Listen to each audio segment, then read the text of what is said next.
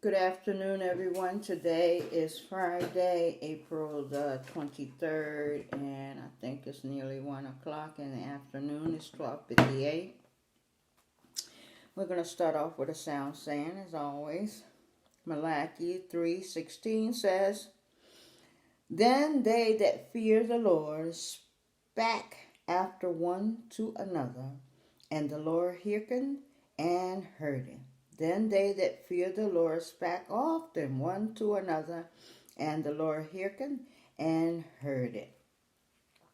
Okay, the back is coming from Psalms 94:22, and it says, But the Lord is my defense, and my God is the rock of my refuge. But the Lord is my defense, and my God is the rock of my refuge. Amen. Let him be your rock as well. I mentioned a word to you the other day, and this reading today is coming from 1 Samuel 18, and it deals with this word that we're speaking of. The word is jealousy. Jealousy. Remember, I told you that it was a very, very, very, very bad emotion to have. You are never to be jealous of anyone. Jealousy can consist of one or more emotions such as anger, resentment,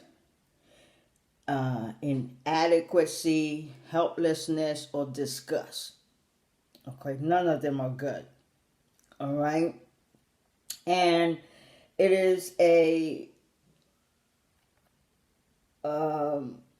generally refers to the thoughts or feelings of insecurity, fear, and concern over a relative lack of possessions or safety.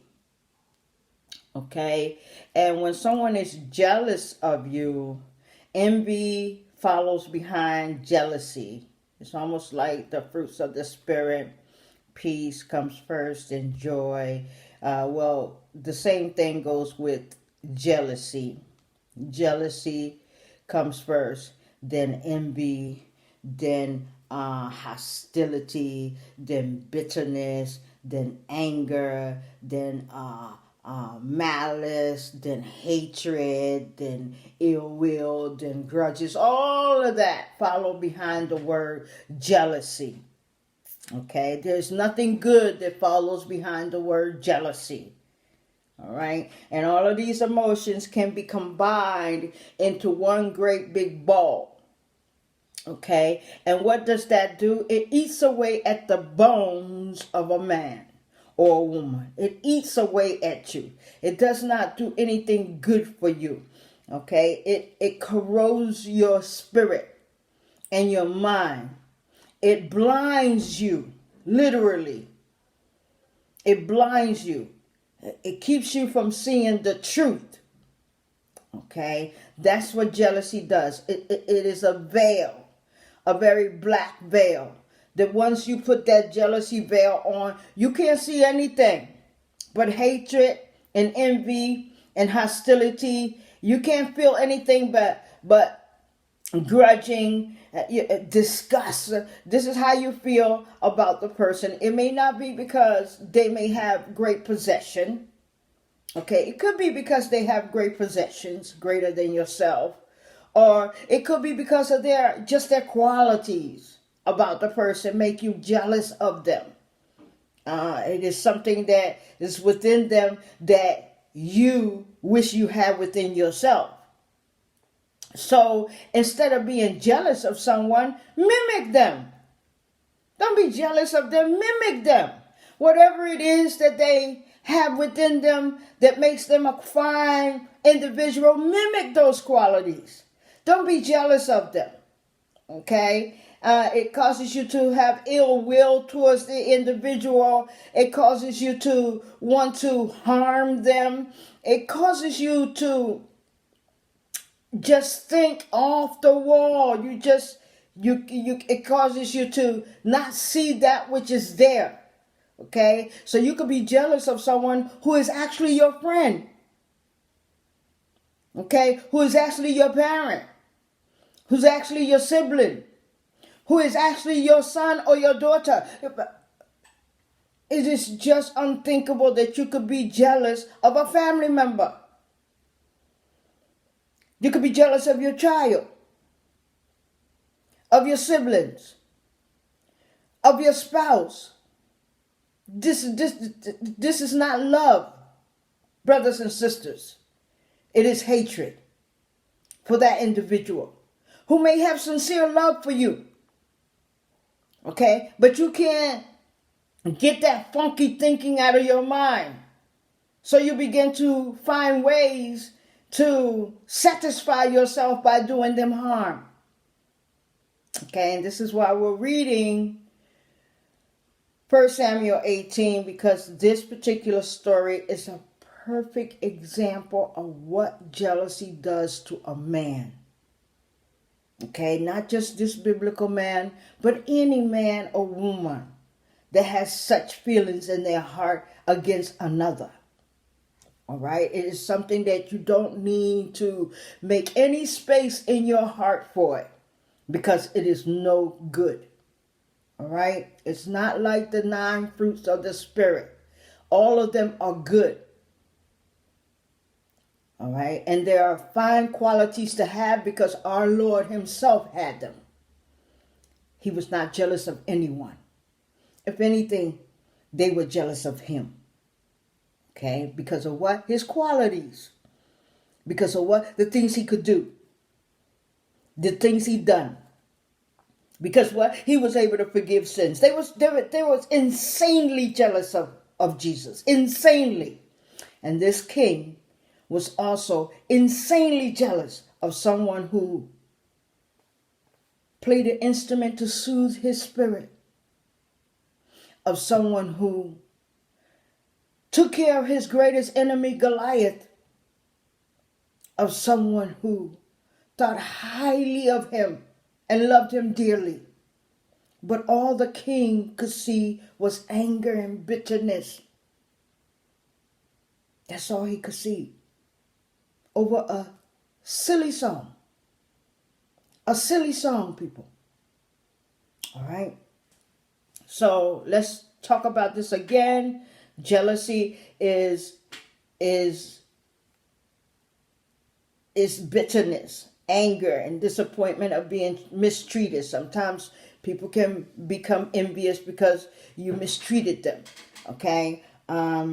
It is generally refers to thoughts or feelings of insecurity, fear, and concern over a relative lack of possessions or safety that someone else may have. Okay. Proverbs 14:30 says, a heart at peace gives life to the body, but envy rots the bones, corrodes the mind, poisons the spirit. Did you hear me? It rots the bone, corrodes the mind, and poisons your spirit. All right.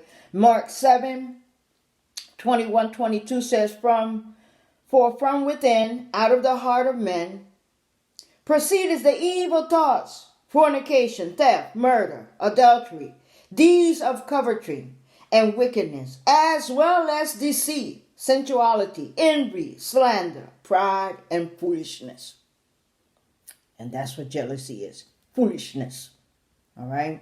So let's go to, I had another word for you. The word is abandon. Abandon. To desert someone. Okay. Cease to support or look after someone. To leave high and dry. To turn one's back on, to cast aside, to break up with, to jolt. Okay, that feeling of abandonment can bring about a lot of ill feelings towards the person who has abandoned thee. Okay, there has been many times in the Bible in which a person was abandoned. Okay, Samuel abandoned Saul. Okay, why? Because Saul did not do according to the instructions of God regarding the Amalekites. Jesus abandoned his cousin, John the Baptist.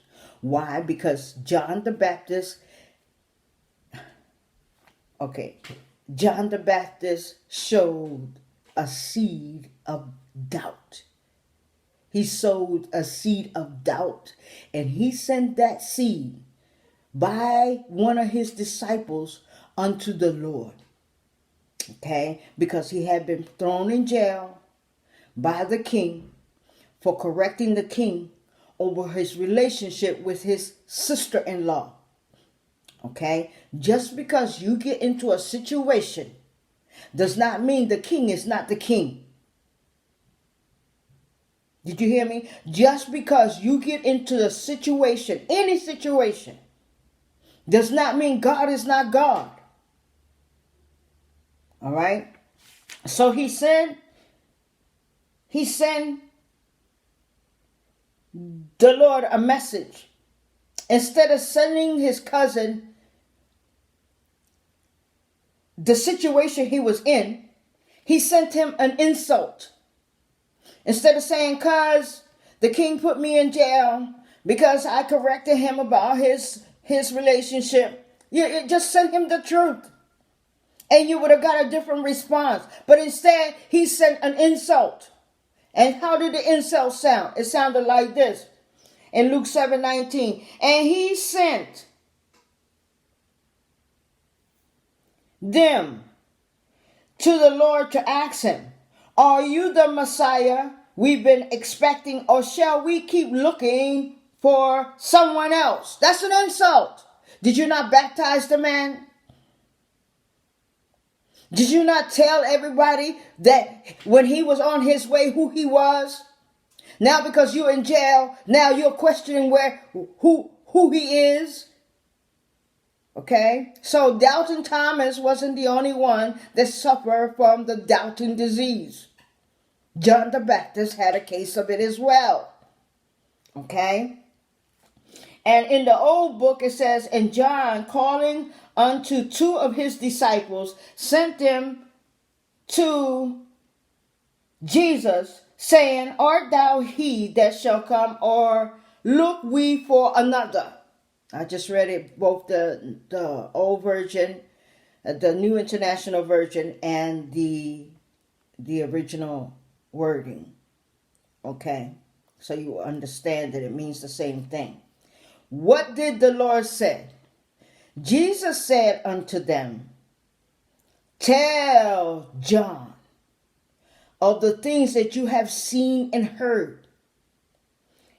Okay? It says, Jesus answered and said to them, "Go and tell John the things you have seen and heard, that the blind see, the lame walk, the lepers are clean, the deaf hear, the dead are raised, and to the poor the gospel is preached." That was his response. Now, John was arrested in Judah. He was in Judah when he got arrested. And when the Lord got this message, he also was in Judah. But after he gave these words to send back to John, he went on to Galilee. Okay, yes, that was a form of abandonment. All right. Even God will abandon thee. Did not God abandon Saul and snatch the kingdom from him? Okay, so the point here is that there are times when abandonment is appropriate. Let me repeat that. There are times when abandonment is appropriate. Okay? And if God should say to you, abandon someone, you ought to do it to the letter. Don't be like Saul. Don't be like Saul. All right, let's read it. All right. In this particular reading, oh, Father, let me have enough time. Oh, Jesus. Okay. In this particular reading, it is a 30-verse chapter. You have a lot of green in here for love. You have a lot of black. Black for sin. You have some brown for Satan. You have some silver for history. You have a lot of family in this particular reading. And it ends off with red for discipleship. Okay, so I'm going to read it from the New International Version. So verse 1 to verse 7 is love. It is green for love. All right. Let's begin. I can't seem to get this thing to stay. All right. How about that? Okay. Here it says, the friendship of Jonathan and David, which is a very strong friendship. It was a stronger friendship than most siblings have today. And they weren't even siblings. Okay? So, there's a misconception that blood is thicker than water. That is a worldly thing. It rings no truth to it at all. Okay, when water is stronger than blood. Okay, water is stronger than blood. You never see a boat, a tree, 100-year-old tree, a whole house being moved by blood. No, you never see that. You always see water doing all this damage. It moves buildings. It moves boats from one end of the shore to the next. It moves anything in its way. Okay? So like I said, water is stronger than blood. Okay? You could have someone that is your friend that is more of a friend than a family member. Okay? We can't live without water. We need it to cook. We need it in our bodies. We need it to bathe. We need water for just about every facet of life. Blood only has one purpose. Okay? One. And that is to circulate within your body. You may have blood all in your body, but if you go days without water, you will soon find out how precious it is. So water is stronger than blood. All right, let's begin. Okay, so from 1 to, if we can't get it all in, let's just try to do 1 to 15 since I'm feeling a little anxious about the time I have on my tablet. All right, so we're going to do 1 to 15 and finish the rest tomorrow. All right. Saul's jealousy of David.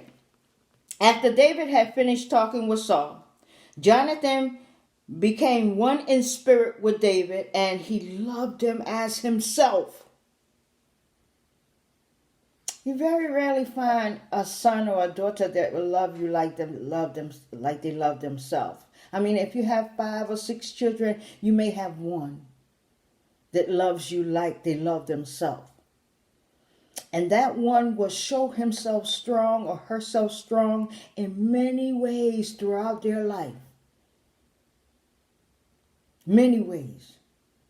I have 4, but I have one that would not defend himself when he was a small boy. But when he became 10, he defended his mother. When he was just 10, he did it again when he was 16. Okay, that is the one that loves you like he loves himself. Because the one that will watch someone insult you and do nothing, that is the one that has the selfish love. Pay attention to your children. Pay attention. Okay. So this young man, loved him as himself too. From that day, Saul kept David with him and did not let him return to his father. 3. And Jonathan made a covenant with David because he loved him as himself. 4. Jonathan took off the robe he was wearing and gave it to David, along with his tunic and even his sword, his bow, and his belt. That was a genuine godly love. Genuine. Okay? 5. Whatever Saul sent him to do, David did it so successfully that Saul gave him a high rank in the army. This pleased all the people and Saul's officers as well. Okay, so when you are among those that pleases God, he will cause man to be pleased by thee. Just like Jesus pleased God, and he pleased most of men, except for those non-believers. Okay? He will give you favor among men. All right? Whenever Saul sent him to do, David did it successfully. That Saul gave him a high rank in the army. This pleased all the people and Saul's officers as well. 6. When the men were returning home after David had killed the Philistine, the women came out from all the towns of Israel to meet King Saul with singing and dancing, with joyful songs and with tambourines and lutes. As they danced, they sang. This is the song. This is the song that Saul had a problem with. Listen to the words of it. Saul had slain his 1,000 and David his 10,000. That was it. As soon as it rang in his ear, it went straight to his heart, and it was mayhem from that moment. A song. As they danced, they sang. Saul had slain his 1,000 and David his tens of thousands. 8. Saul was very angry. This refrain galled him. They had credited David with tens of thousands. David was a warrior. He was born a warrior from the womb. Of course, he's going to be able to take down more than you. Who was a cowardice man. Saul was very cowardice. You will see that in his dealing with the Amalekites and his dealing with his troops. His troops were gathering things that they were supposed to be destroying, and he didn't have the courage to tell them to destroy it. He thought, but me with only thousands. What more can he get but the kingdom? Okay, so he thought that his kingdom was at stake, and it really was. 9. And from that time on, Saul kept a jealous eye on David. Okay. 10. The next day, an evil spirit from God came forcefully upon Saul. He was prophesying in his house while David was playing the harp, as he usually did.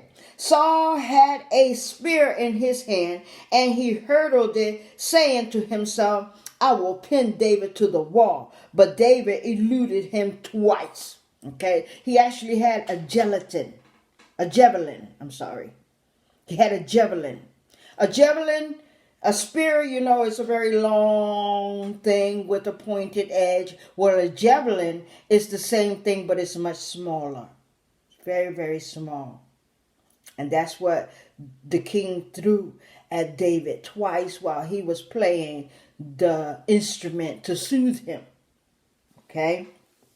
Hostility. Hatred. Okay? 10. The next day, an evil spirit from God came forcefully unto Saul. He was prophesying in his house while David was playing the harp. As he usually did, Saul had a spear in his hand, 11. And he hurtled it, saying to himself, I will pin David to the wall. But David eluded him twice. Now in this book here, it says javelin. Let's go to it just to prove it to you. I'll start from 8 here. And Saul was very warped, and the saying displeased him. I'll start from 7 here. And the women answered one another as they played, and said, Saul has slain his 1,000, and David his 10,000. And verse 8. And Saul was very warped, and the saying displeased him. And he said, they have ascribed unto David 10,000s, and to me they have ascribed but thousands. And what can he have more but the kingdom? And Saul eyed David from that day and forward. 10 is that brown verse we were talking about. And it came to pass on the morning that the evil spirit from God came upon Saul, and he prophesied in the midst of the house. And David played with his hand as at other times, and there was a javelin in Saul's hand. Okay, so here it doesn't say javelin. It just says that Saul hurled something at him. Okay, let's continue with 12. Saul was afraid of David because the Lord was with David, but had left Saul. 13. So he sent David away from him and gave him command over 1,000 men. And David led the troops in their campaign. 14. In everything he did, he had great success. Amen. Because the Lord was with him. 15. When Saul saw how successful he was afraid of him. Okay, so he became afraid of someone that he had no reason to be afraid of someone who would have risked his life for the king, of someone who loved him like he loved his own father and brothers and sisters and God. See, this is what jealousy does. It blinds you. It corrodes your bones. Okay? It is no good thing to have in your heart. Thank you for listening to our story. We will continue it tomorrow if I live and nothing happen. And as always, may the peace of God be upon you. May the protection of God surround you. And may the will of God be manifested for you, me, and this world. Have a wonderful day.